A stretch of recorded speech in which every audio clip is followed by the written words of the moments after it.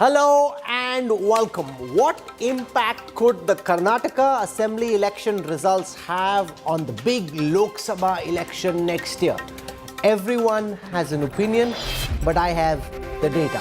And on this show, we will lay out from the post-poll studies that have been carried out, data which looks at what could potentially happen if voters in Karnataka were to cast their vote not in an assembly election, but rather in a Lok Sabha election. And that's my top focus on the Newstrack.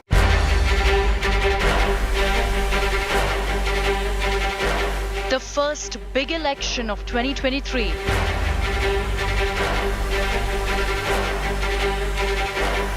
This sets the tone for 2024. What impact will the verdict have?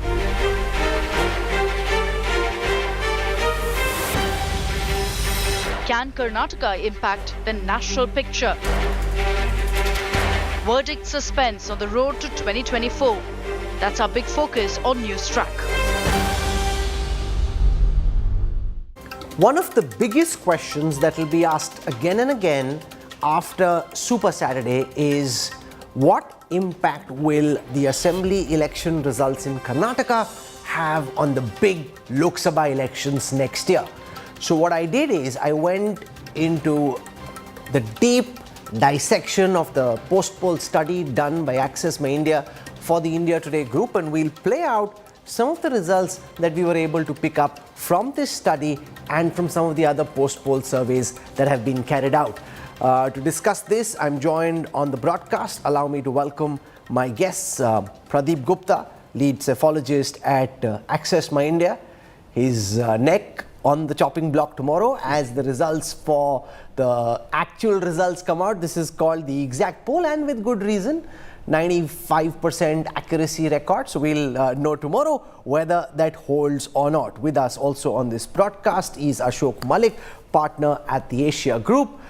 With us is Yashwant Deshmukh. We've been looking at some of the tables that he's put out as well, lead cephalogist, C-voter.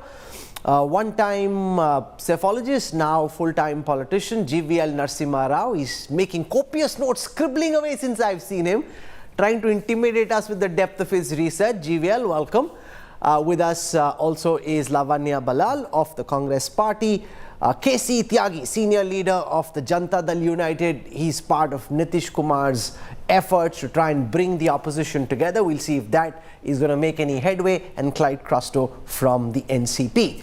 So let me put out the first data set that I'm tracking on this show, which is to do with the impact that Prime Minister Modi has in this campaign. And this is a question that's being asked again and again. So what we'll do is we'll show you amongst the 37,000 respondents who are part of the Access My India post-poll study, 19% of those who said they voted for the BJP said they voted for the BJP because of Prime Minister Modi. That's 1 in 5 of those who voted for the BJP voted for the party because of Prime Minister Modi. 7% of the overall voters who cast their votes for different reasons said they decided because of the Prime Minister. The Prime Minister was their number one reason for deciding where they wanted to vote.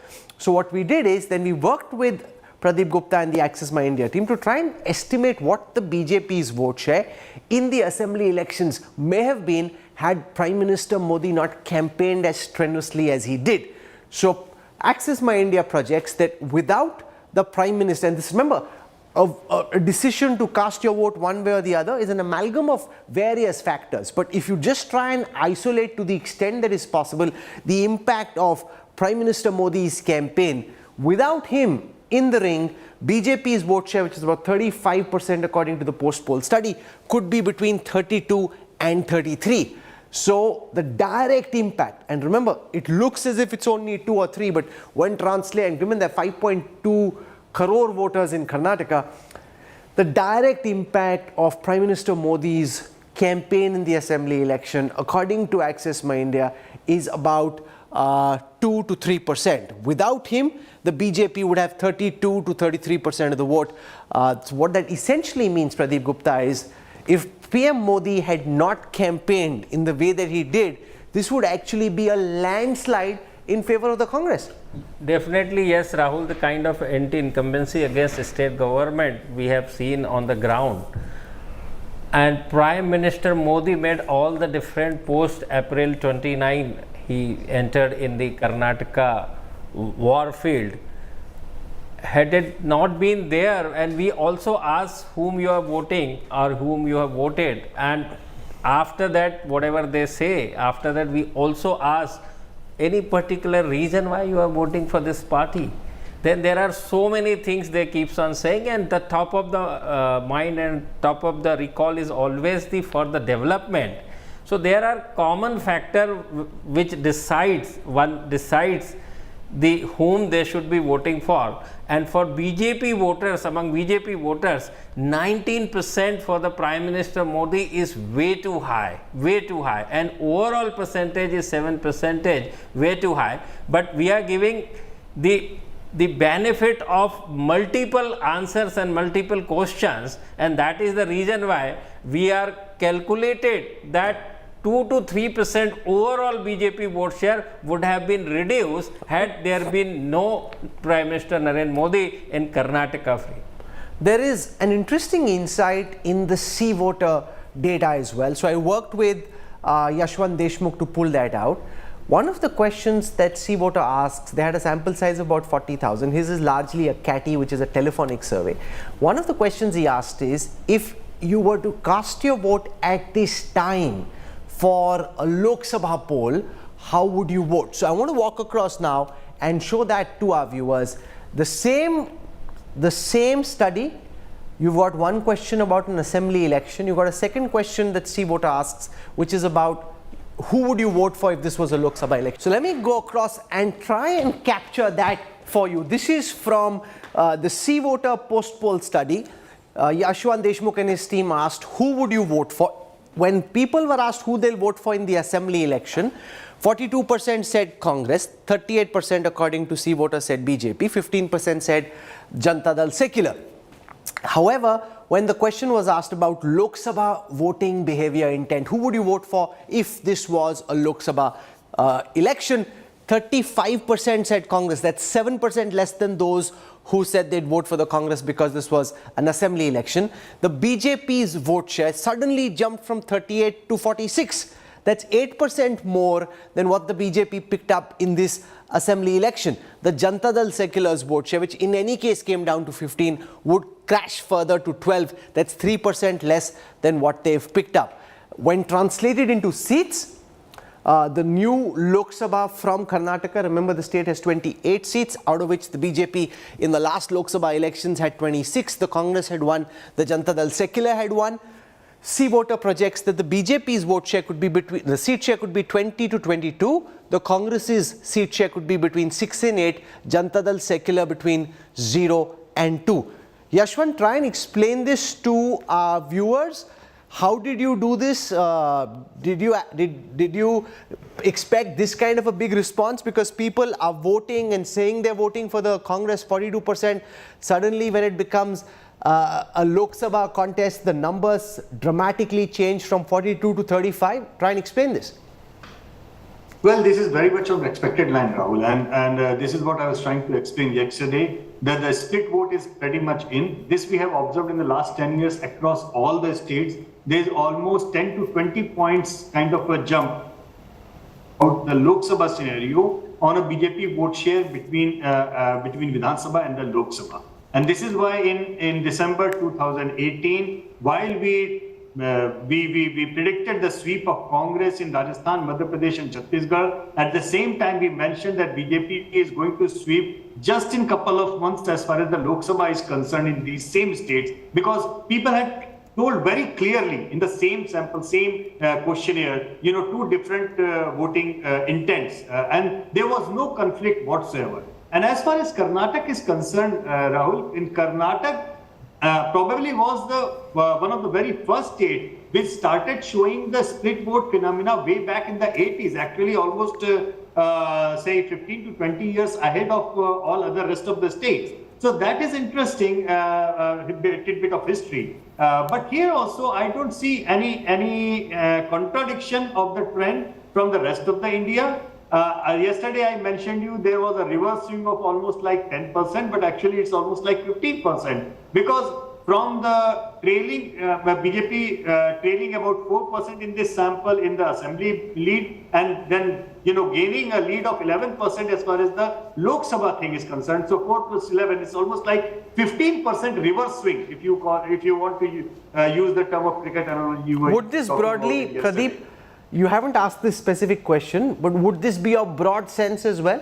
Yes, definitely yes, because if you see the last time also, in 2018 election, BJP vote share was 36%, which went up to 51% in Lok Sabha 19. And what is more important and surprising was the biggest one point was of the Lok Sabha election in 19 was JDS and Congress fought together. They fought together and could win one seat each, only one seat each. That is something phenomenal. And let me tell you also, in 2013, where KG Yadurappa ji formed his party KGP and secured 10% vote, BJP secured 20% vote, total vote was 30%, but in 2014 election, BJP Lok Sabha vote share was 43%. Okay, so you're From also 30 to saying 43. that the scenario could change. KC Tyagi, what this means from the opposition perspective is that no matter what happens on Super Saturday, the opposition shouldn't get too carried away, because in 2024, voting patterns in Karnataka and probably elsewhere could be very different from a very localized assembly election.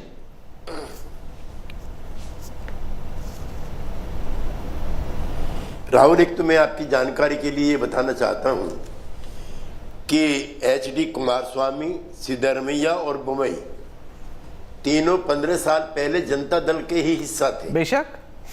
और जनता दल का गठन जो है वो भी बंगलोर में हुआ था 11 अक्टूबर 1998। रामकृष्ण हेगड़े हमारे नेता थे, SR बुमई थे, पटेल साहब थे, और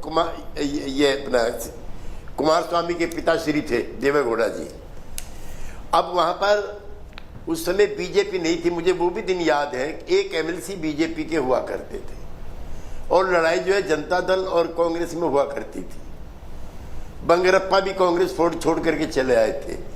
तो ये 2014 के बाद का ही फिनोमिना है और बड़ा क्रेडिट इसका येदियुरप्पा को जाता है, जिनके नेतृत्व में बीजेपी ने इतनी बढ़त ली। और वो बढ़त लेने का कारण भी कास्ट है। आप लोग कास्ट को जो है मानते नहीं और दिन भर उसी पे प्रचार भी करते हो। ये पार्टियां जातियों की बनी हुई है। एक बोकालिंगा की पार्टी है, एक लिंगायत लोगों की पार्टी है, और कांग्रेस पार्टी जो है वो बटफोर सिद्धारमैया पिछड़ों की पार्टी है। सिद्धारमैया के पीछे जैसे बिहार में नीतीश कुमार के पीछे पिछड़े अति पिछड़े हैं, और उसमें दलित तोड़ जुड़ जाता है कांग्रेस पार्टी के जो अध्यक्ष हैं उनकी वजह से। तो चुनाव का जो नतीजा है वो हमारे लिए और विपक्ष की एकता के लिए बहुत जरूरी इसलिए भी है कि दक्षिण भारत में सिर्फ एक यही राज्य है जहां बीजेपी की बढ़त पीछे रही है। केरला में कोई सवाल ही पैदा नहीं होता। वहां डीएमके वर्सेस अन्ना डीएमके है तमिलनाडु में। डिवाइडेड आंध्रा में इट इज रीजनल आउटफिट, सब नेशनलिज्म वर्सेस बीजेपी। यहाँ पर जरूर उन्होंने अपनी जड़ें जमाई हैं। और पिछली बार भी बिल्कुल ठीक कह रहे थे जीवीएल, उनको मात्र 104 सीटें मिली थी, बहुमत नहीं था। अब एक चीज जरूर राहुल है, जो इंदिरा जी के टाइम पे होता था, मेरे कांग्रेस के दोस्त बुरा ना माने, वही आजकल बीजेपी करती है। अगर बहुमत नहीं आता है तो खरीदो, फरोख्त करो, तोड़फोड़ करो, बहुमत प्राप्त कर लो। वो फोटो आपको याद होगा, अभी भी HD कुमारस्वामी की ओथ हो रही है और देश के सारे नेता अपोजिशन यूनिटी के लिए बंगलोर गए हुए हैं। और थोड़े दिन बाद ही इनकी पार्टी में स्प्लिट करा करके, तोड़फोड़ करके। Let me put that question to GVL Narasimha Rao. We in fact saw one senior Karnataka minister, R. Ashok, actually say this, that there is a plan B, that if we don't get a majority, you know how it is, there is a plan B, we are working on a plan B. क्या कर रहे हो boss? अभी तो result भी नहीं आया, your ministers are already publicly. I thought he said it first only on one channel. Our person went and got the exact same comments. So it's obviously something he's thinking about. R. Ashok says, in a year there's parliament elections. Keeping this in mind, we will get full majority. In case we don't get a full majority, we have plan B. It's only likely that we have a plan B. We are not saints. What is this plan B, Mr. GVL Narasimha Rao? Yeah, Rahul, good evening to you and all the viewers and the panelists.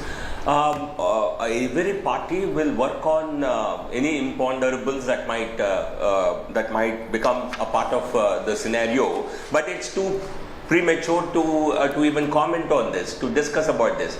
Only tomorrow afternoon we are very confident of getting a majority, or at least emerge as the single largest party, belying your poll predictions. And that is the time when we should really be looking at any government formation issues. Today it's too premature. Let me comment on some of the findings, or rather estimates, that your pollsters have made. You see, comparing, asking people about how you would have voted if the party leader had not been A or B, it is not an easy question that you can really get a response for. And it will always underestimate the impact of a leader, because it's very difficult to alienate a leader from a party. Can you go and ask JDS how much would you vote for JDS if Deve Gowda were not your leader? You will not, in fact, possibly JDS would not have actually existed. It would be zero, I would say, without Deve Gowda. So therefore, these estimates are always I thought you'd like the estimates. The estimates actually show that the BJP in a Lok Sabha context would do well. You seem to be upset with Pradeep Gupta's estimates. In the Lok Sabha context, they're saying you'll do well in the same state. That is known to every bacha in Karnataka, and if your pollsters have found it, it's a good finding for them. Every bacha would tell you that in Karnataka. And Prime Minister's impact, I think it's this 2%, 3%, I don't know, it sounds rather very unscientific. His impact in Lok Sabha itself, we have seen to be 36, going up to 51%. A direct 15% impact in Lok Sabha poll. In an assembly poll, it's difficult to assess, but I don't know why you need to apply a correction factor on 19% of the people who said we are voting because of Prime Minister Modi. I would rather estimate that to be a conservative figure. Okay. 7% of the overall vote share on account of leadership, and substantial amount on account of the party and organization. Okay. Ashok Malik, just look, politics aside, if we look purely at the data, is this something that would give the BJP some relief that, okay, no matter what happens on Saturday, in the Lok Sabha elections, the voting intent seems to be quite visibly different? You know, Rahul, as has been pointed out, both in 2014 and in 2019, the BJP got 10 to 15% more in the Lok Sabha elections than in the Vidhan Sabha elections the preceding years in Karnataka. And it stands to reason that Mr. Modi and the BJP are front runners for 2024, irrespective of what happens tomorrow. But I'd like to correlate this finding today with your exit poll, which you announced 2 days ago.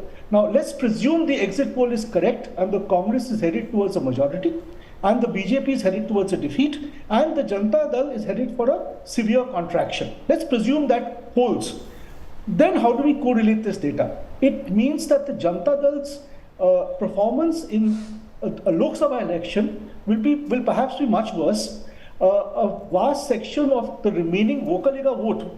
So in a Lok Sabha election, I think the BJP will not just retain its current voters or its 2019 voters, it will get new voters and new communities. So you're hoping that it could go up even beyond 51%, which is where they'd reached the last time. If the Janata Dal is genuinely collapsing, and if the Congress coalition is a non-Vokalega, non-Lingayat coalition, the Vokalegas have to go but the counter to that is that in the last elections, the Congress and the JDS fought together, so their vote collapsed into one, right? Now if they fight separately, then it may not be 51. A certain Vokalega vote still remained with the Janata Dal, which is why the JDS did win one seat. I would say even more of the Vokalega vote will now migrate towards the BJP, looking at it as a long-term option. Remember, Vokalegas and Lingayats voted together for the Congress O many years ago and for the Janata Party. So they have coexisted, and I feel in the long run they are moving towards the BJP. Clyde Castro, this seems to be bad news for the opposition's plank before 2024, where no matter what happens in a local state election, the mood in the national context seems to be quite different amongst the same voters. Well, when you say something like that, then the question comes to mind is that is the campaigning that done by Mr. Modi not effective at all in Karnataka? That's the question that comes up, because if we are talking that after the assembly elections, when the Lok Sabha elections come in, the BJP is going to have a benefit. That means all those who campaigned in Karnataka from outside Karnataka will not have an impact at all. So then the question comes to Mr. Modi's campaign in Karnataka, which will not be effective at all. But the fact of the matter is that the people from Karnataka have been upset about the BJP government. There have been organizations that have gone public and said that there is corruption in this government, and the local people have felt betrayed about the whole thing. So I do not think there will be a problem when the 2024 elections come in, because also for the fact of the matter is that going by your projections, going by the numbers that you have put out, it shows that Congress is going to do very well, and then the Congress and the opposition has the numbers from now on to the next election, which is almost a year away, to actually work on the minds of the people, help the people, serve the people, and gain that confidence in them that if we can serve you in the local elections as in the assembly elections, we can also serve you when it comes to the central election, that is the Lok Sabha. So I think somewhere the whole impact is going to be on the BJP. They are going to be on the receiving end. It's going to be advantage the opposition. That means all the like-minded parties that have come together. Ashok Malik, you want to chip in on this argument that Clyde Castro makes, that it gets the mojo of the opposition going. Earlier they would have been dispirited and in despair. Now that if they win Karnataka, it gives them something to hold on to, that okay, we can get together and make a fight of it. Look, if the Congress wins a majority tomorrow, no doubt it's a shot in the arm for the Congress. And it's a great victory for the Congress, hats off to it. But do remember, Mr. K.C. Tyagi spoke about Kumaraswamy being sworn in 2018, and all the opposition leaders gathering. Why did they gather? Because it was a third front government. It was Kumaraswamy and the Congress, so a grand alliance. If the Congress wins a majority on its own, the competition between the Congress and the regional parties will only become sharper. And do remember, we are going into elections in Madhya Pradesh, in Rajasthan, in Chhattisgarh, where is Congress versus BJP? No third front, no regional party. So I think... Now, can I get a minute? Can I get Lavanya Balal of the Congress to respond to this? That two things can happen. Like the Congress after December 2018 started assuming that they will now suddenly be able to take on Prime Minister Modi. Rahul Gandhi got overconfident, thinking, okay, we've beaten them in 3 states, we'll beat them again. And this could actually, Pradeep Gupta has this theory ki jitni anti-incumbency thi nikal gayi. Whatever anti-incumbency there was, kind of got flushed out, and therefore 2024 then begins with a new slate. And from the opposition unity perspective, a Congress which would have lost may have been more hungry and more desperate to tie up than a Congress that wins and then tries to press the other third front parties down. Let Lavanya Balal respond to that. Yeah, well, Rahul, I was listening to this survey and everything that you were talking about. Survey also should have asked what is the percentage of people who are not going to vote for BJP because of the mess Prime Minister Modi ji's roadshow created in Bangalore, and that would be a sizable number as well. And also, let's not forget, 2024 is almost a year away, and there are multiple factors that can affect the Lok Sabha elections, that can change the elections towards any other party. 2019, yes, we were in a friendly fight with the JDS, wherein we had one coalition candidate, and rest of the candidates, out of the 28, we only won 1 seat, D.K. Suresh sir, and one candidate of Udupi was a coalition candidate. Rest of it, we split the seats between JDS and Congress, and yes, we lost very badly. But this time, there are multiple factors that could change the election towards JDS, towards Congress, or towards BJP. But PCC president is a different president, a very aggressive organization man, Dr. D.K. Shivkumarji, who is heading the PCC right now. And also, Karnataka always had a different opinion when it came to assembly elections, and the way they voted for the Lok Sabha Pradeep elections Gupta, is different. on the back What- of these results, what's your understanding? Does it make more sense for the can I- Congress and the Janata Dal Secular to ally and fight as one in the next election? Will they do better then, or will they do better if they fight separately?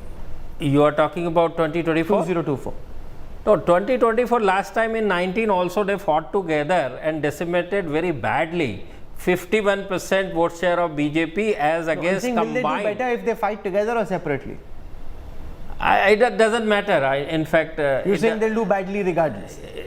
I mean, that is Yeah, pretty Yashwant obvious. Deshmukh? Also, one more thing, I Yes. just wanted to point out that JVLR is a very senior, cephalologist, I would say, and I have a lot of respect. JVL, I was just referring to that 7% more vote because of Modi ji. BJP voter says that.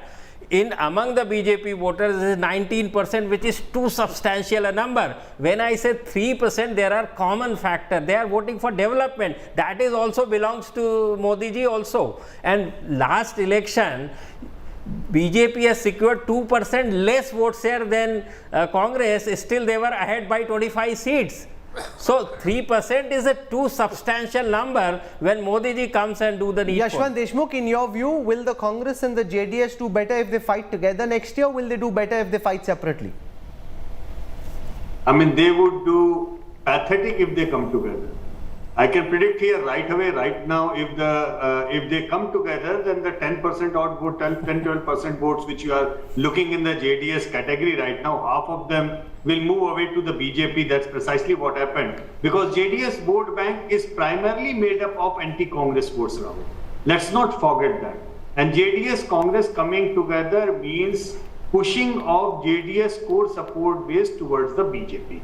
Now, whether or not this will happen automatically with or without No, but where does that leave KC Tyagi's opposition unity theory? Tyagi ji, ये हमारे चुनावी विश्लेषक तो कह रहे हैं कि अगर कांग्रेस जेडीएस अलग लड़ेंगे तो बेटर आएगा, साथ में लड़ेंगे तो डूब जाएंगे. ये तो पूरा उल्टी होगी थ्योरी आपकी, और पिछली बार भी यही हुआ था लोकसभा इलेक्शन में. देखिए, पिछली बार के चुनाव में इस चुनाव में एक बुनियादी फर्क है राहुल. पिछली बार का चुनाव पुलवामा के जो नेशनलिज्म के इमोशंस हैं सिर्फ उसी पर आधारित था. और मैं बहुत जीवीएल जी बहुत कंजूसी से कह रहा हूं कि मासिज में इस समय निराशा है. वो उत्साह नहीं है बीजेपी के लिए जो पिछली बार था. ओके. और जब से हम लोगों ने बिहार में आपसे अलग होने के बाद ये मुहिम चलाई है, तो हमारा जो राहुल है वो है 1 against 1 2024. One candidate, one seat, one seat, one candidate. OSOC. इसराय की होगी. Yes. Yeah. Rahul. No, one second. Let GVL Narasimha Rao respond on this. GVL, KC Tyagi makes the argument that 2019 was an exceptional Lok Sabha election because that was fought in the aftermath of the Pulwama attacks. This is where nationalism was at a peak. People have seen that once. One plank gets you vote only in one election. Now there are other issues which he thinks could bring the BJP's tally down next year. GVL. Yeah, Rahul, the optimism of the opposition is quite misplaced because today there was last few months there has not been any event, any incident of the kind that he mentioned. But why is the popularity of the Prime Minister at its peak, at its zenith even today? Why are thousands of people thronging to see him in road shows? And why is he emerging as a top leader on the international surveys every year after years, every 6 months? Your own surveys on India Today show a very high popularity of the Prime Minister. So it's not one incident or one event that has led to any victory. The opposition might want the people to believe otherwise. But look at the story of Karnataka. Look at the story of Uttar Pradesh. Look at the story of Bihar. In all these states, all these political pundits were proved wrong. In 2014, when the JDU, the Janata Dal United broke away from us after Prime Minister Modi ji was announced as the Prime Ministerial candidate, JDU got decimated. You were routed. You were reduced to just 2 seats in Bihar. We swept the polls in Bihar Lok Sabha elections in 2014. Same thing happened in 2019 in Uttar Pradesh. Everyone said SP, BSP coming together, BJP has no chance. We disproved. Let KC Tyagi respond to that. Lok Sabha election is very different. आप सब एक भी हो जाओ, 1 seat 1 candidate, फिर भी उनको लग रहा है कि बीजेपी भारी हो जाएगी. केसी त्यागी. राहुल जी, इसी तरह की भाषा मेरे कांग्रेस के मित्र बोला करते थे जब हम नॉन कांग्रेसिज्म चला रहे थे, जिसमें जनसंघ भी उस समय के हमारे साथ थी और बीजेपी भी. 2015 में मैं अपने दोस्त को जीवीएल को याद दिला दूं कि 243 के हाउस में, आप तो मेरे साथ चुनाव में थे वहां पर, इनकी सिर्फ 45 से 50 सीटें रह गई थी जब ये हमसे अलग हुए थे. लोकसभा चुनाव में हम तो घट गए थे, हम मान रहे हैं. विधानसभा चुनाव में आपके करिश्मों का क्या हुआ था? Okay, I want to now play out this interesting data set I've culled out from the post-poll study done by Access My India, which is to do with how much of the core vote bank of each party have they been able to hold and how much have they lost relative to the last election. So if 100 people voted for, say, the BJP, how many have they kept and how many have they lost? So the retain and swing analysis for the BJP shows that out of 100 people who said they voted for the BJP, 73 have still voted for the BJP, 16 have gone to the Congress, 6 have gone to the Janata Dal Secular and 5 have gone to the others. So about 73% the BJP holding on to its voters from the last elections. The Congress has held on to about 82% of its voters from the last elections. 11% of those who said they voted for the Congress in 2018 have now voted for the BJP. 3% voted for the JDS. So the Congress has held on to a vast majority. 82% is a very good retain ratio from the Congress's perspective. The Janata Dal Secular has held on to about 66% of its voters from the last elections. 17% have gone to the Congress, 12 to the BJP. And this is important because this question has been asked again and again. Where is the JDS vote likely to go? Pradeep Gupta, one of the BJP's big hopes was that when the JDS vote splits, it will come to the BJP. The JDS vote has split, but it's gone more to the Congress than to the BJP. Why is that? Because the anti-JDS voter is the Congress voter and the JDS voter is typically an anti-Congress voter. Yeah, Rahul, you have to see this in further dissect this. Who is JDS voter last time? Last time you remember BSP made alliance with JDS, so there was a good number of Dalit votes into their fold, the JDS fold. And second is the Muslim votes. Muslim vote also voted in a good number. I would not say a lion's share must have got by JDS. No. Lion's share was still with the Congress, but some 20 to 30% Muslim vote has voted in the favor of JDS. So this is number 2. And third very important point is that Adivasi vote. Last time our data shows that Adivasi vote has also voted in a good number to JDS. So these three gone back largely to the Congress, and Voka Ligas, the large chunk has shifted to BJP.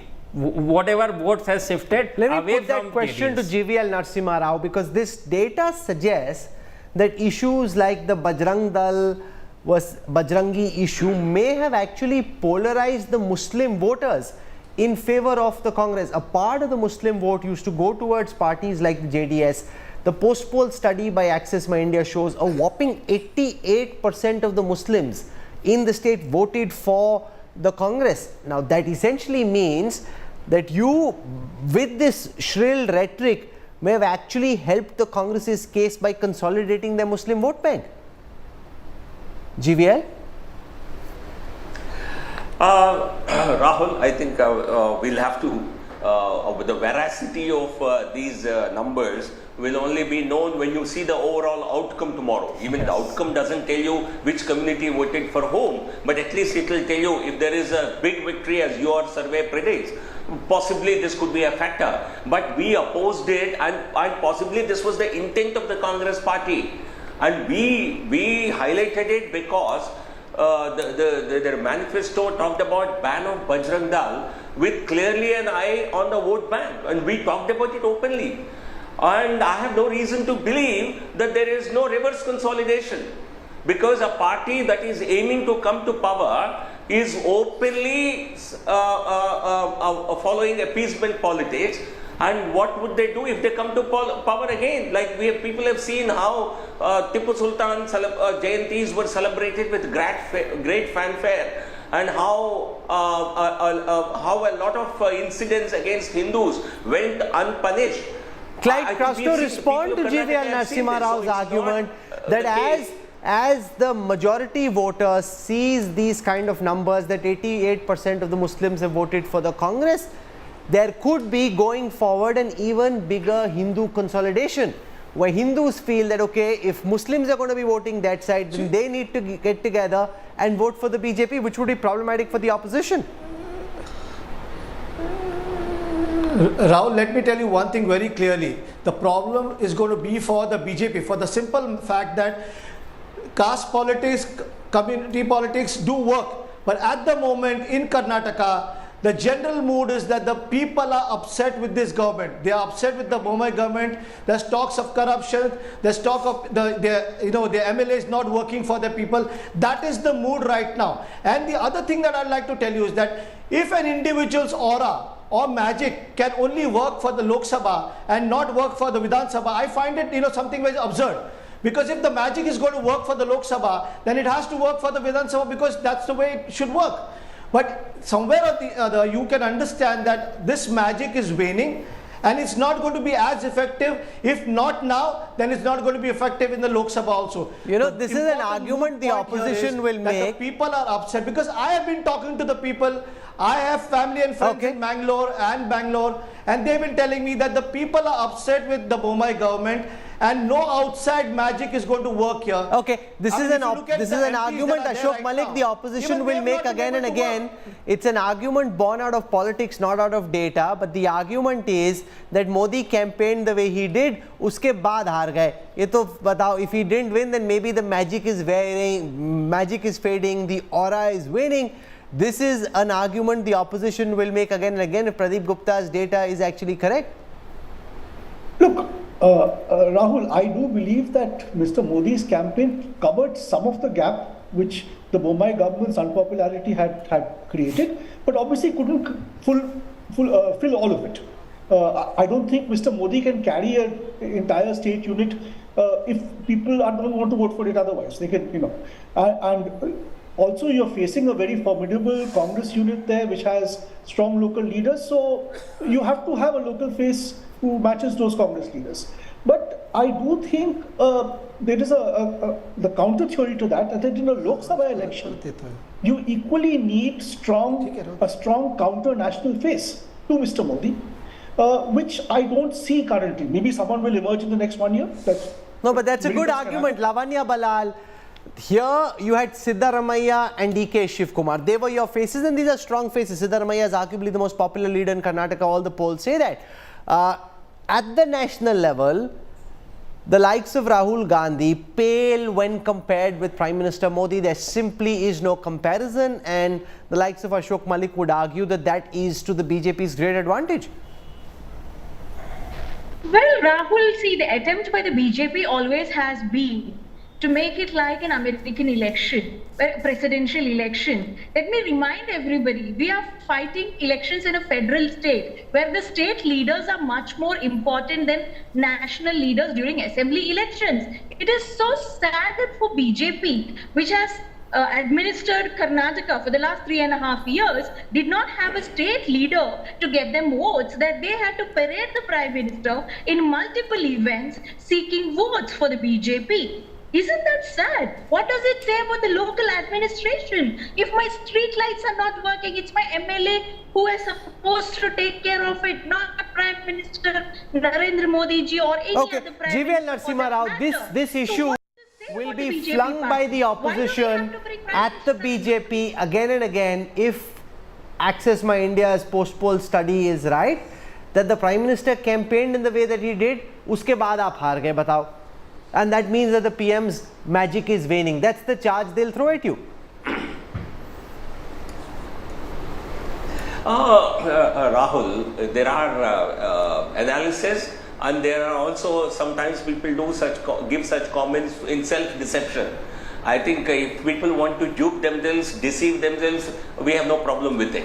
The people of the country, people of Karnataka know. I think if elections were to be held today, we would even actually sweep Karnataka 28 or 28, not even 26.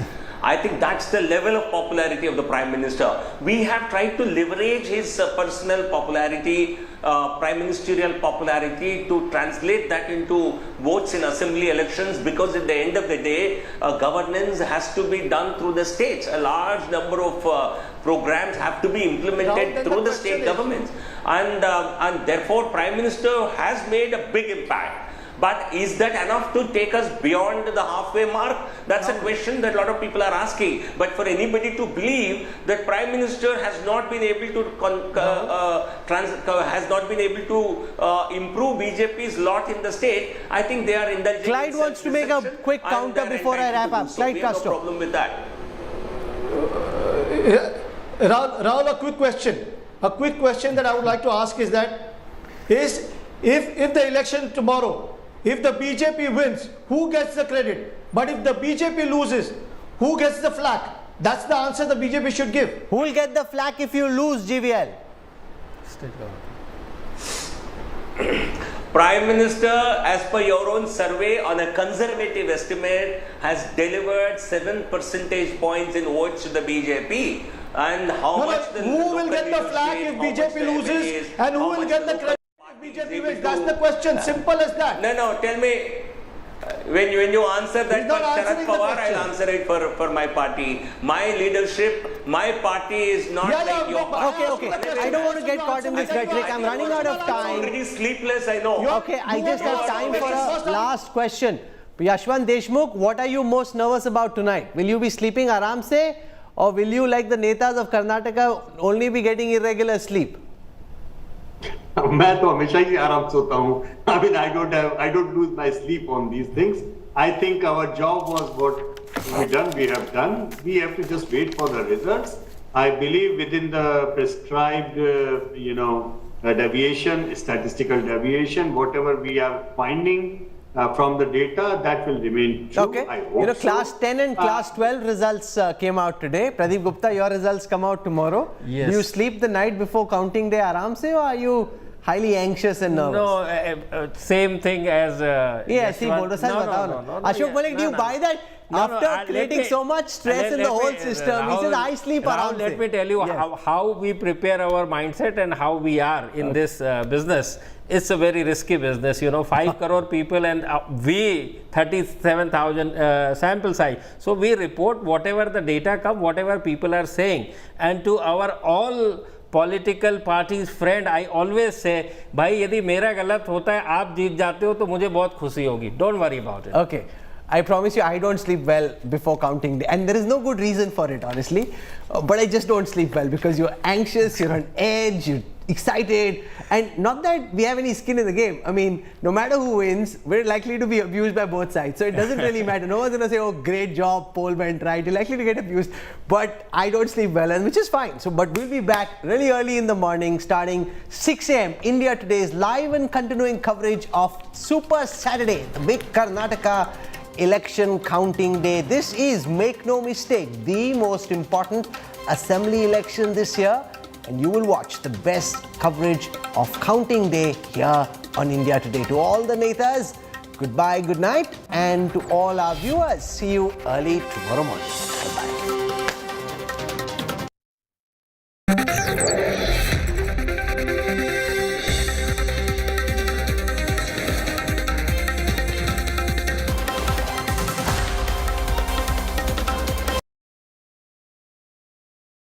India's #1 reporters in the battlefield from India Today's Double Engine. So you're saying that in Karnataka you cannot do Hindu-Muslim politics? Are things getting better around here, or are they getting worse? To Karnataka's finest reporting team. What do you wish for the state of Karnataka? Shettar also has an option. Mallikarjun Kharge reservation has been a hot topic. Priyanka Gandhi Vajra roadshow is a mega hit. and India's leading national reporters.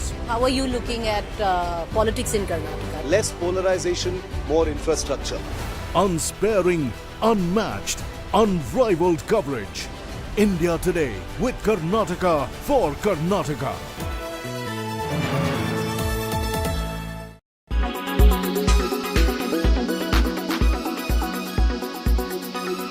దేవుడు Amarendra Baahubali రక్తాని వినువు. Jai Mahismati! Prabhas is one of the most celebrated superstars of Telugu cinema. He's known for his dynamic roles and versatility as an artist. This is why throughout his career, the rebel star has delivered not one but several memorable performances. Bahubali Saga. Prabhas was a well-known name in every household down south and had established an unfathomable fan base in Telugu cinema. But with the Bahubali franchise, Prabhas managed to break all the barriers to become a pan-Indian star. S.S. Rajamouli and Prabhas emerged as a game changer by bringing larger-than-life cinematic experiences to life. Bahubali, the beginning, the first of the two-part franchise, expanded the horizon of filmmaking with its visual effects, grandeur, sets, storytelling and star cast. Cine lovers were surprised to witness such an uprise of regional cinema. Bahubali Part 1 released in the year 2015 and the story ended on a cliffhanger. So much so that for the next 2 years before the second film, Bahubali The Conclusion, hit cinemas. Why did Kattappa kill Bahubali was one of the most asked questions. The makers played well on that and managed to keep the mystery under wraps. However, the answer was worth the wait. నువ్వు నా పక్కనున్నంత వరకు నన్ను చంపే మగాడింకా పుట్టలేదు మామా. Prabhas had outdone himself as Mahendra Bahubali and his dual role is considered one of his finest performances.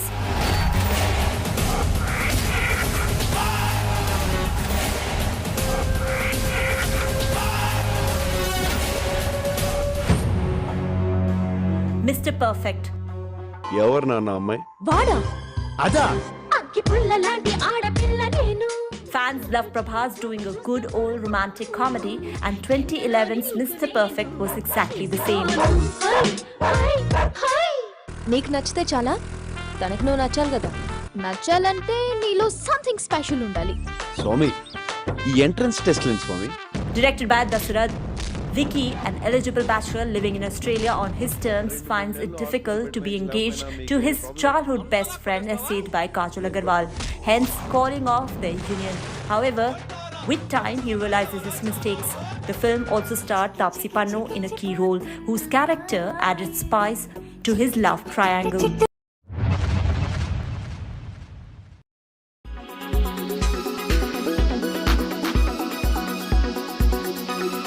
Why does this happen? Let me tell you the science behind it.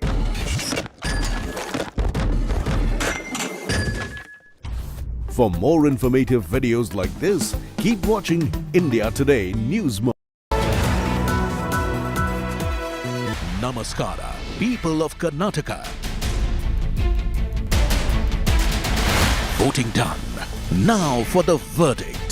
The big picture is simply this.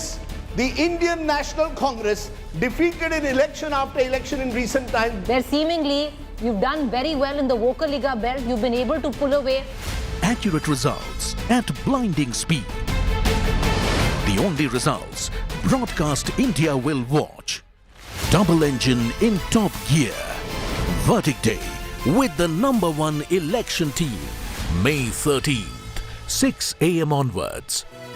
Only on India Today TV.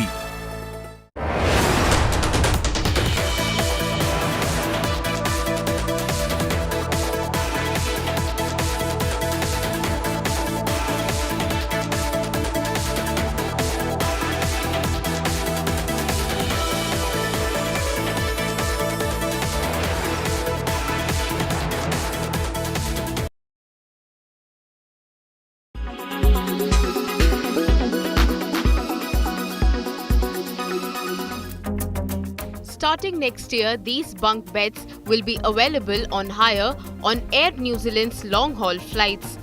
The design was revealed a couple of years ago. Now their prices have also been announced.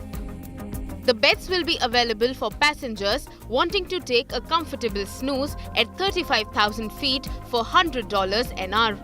The beds will be available for maximum of 4 hours and just once during a flight.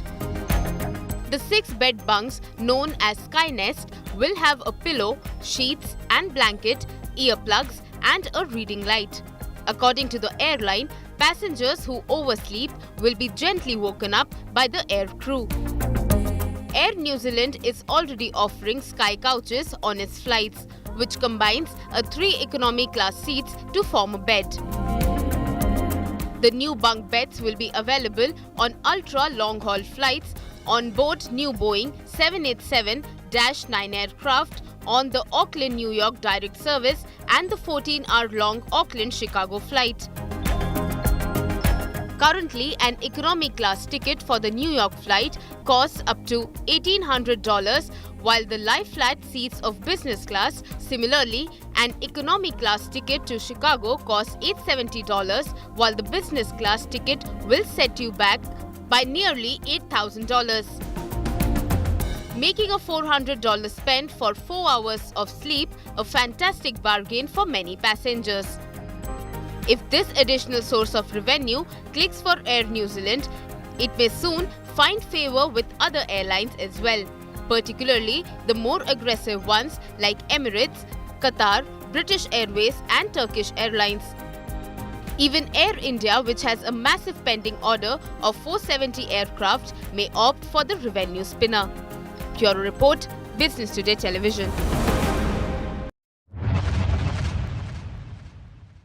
What's your longer-term strategy on Europe, and is there a trade-off versus focusing more on India and expanding here?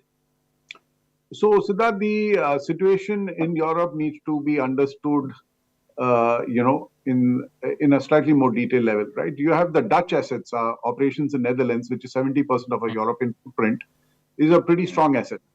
It has always been cash positive, EBITDA positive, and does not require any support from India. So they can run on their own. Okay, so we are less concerned about that. We've had a couple of bad quarters. We will have one more bad quarter simply because there's a blast furnace relining which is going on there. In Q3, Q4, we were hit by higher energy costs, etc. So, but we are not, worried about the structural, strength of the Dutch operation. It's a sustainable business. It can run on its own. It can transform. The challenge is UK, which is 30% of our footprint there. That's not cash positive. More often than not, it's cash negative. More often than not, it's EBITDA negative. And many of the facilities there, particularly in the upstream, are reaching the end of life. So the clock is ticking on that one. So that's a call we'll have to take during this year or latest by next year. During this year and next year, those assets will come to end of life. And if there is not enough support from the government, we cannot transition to a new process route. The cash flows from the business don't support any more investments than we've made already there. So that's the challenge. To go back to your fundamental question, does this impact our growth in India? The answer is no, because like I said, the growth in India is taken care of by the cash flows in India, which are very strong. And like I said, if the Dutch assets don't need our support, and it's just the UK assets, which is 3 million out of 32 million, it's not as material as it was 10 years back, when it was 10 million out of 25 million.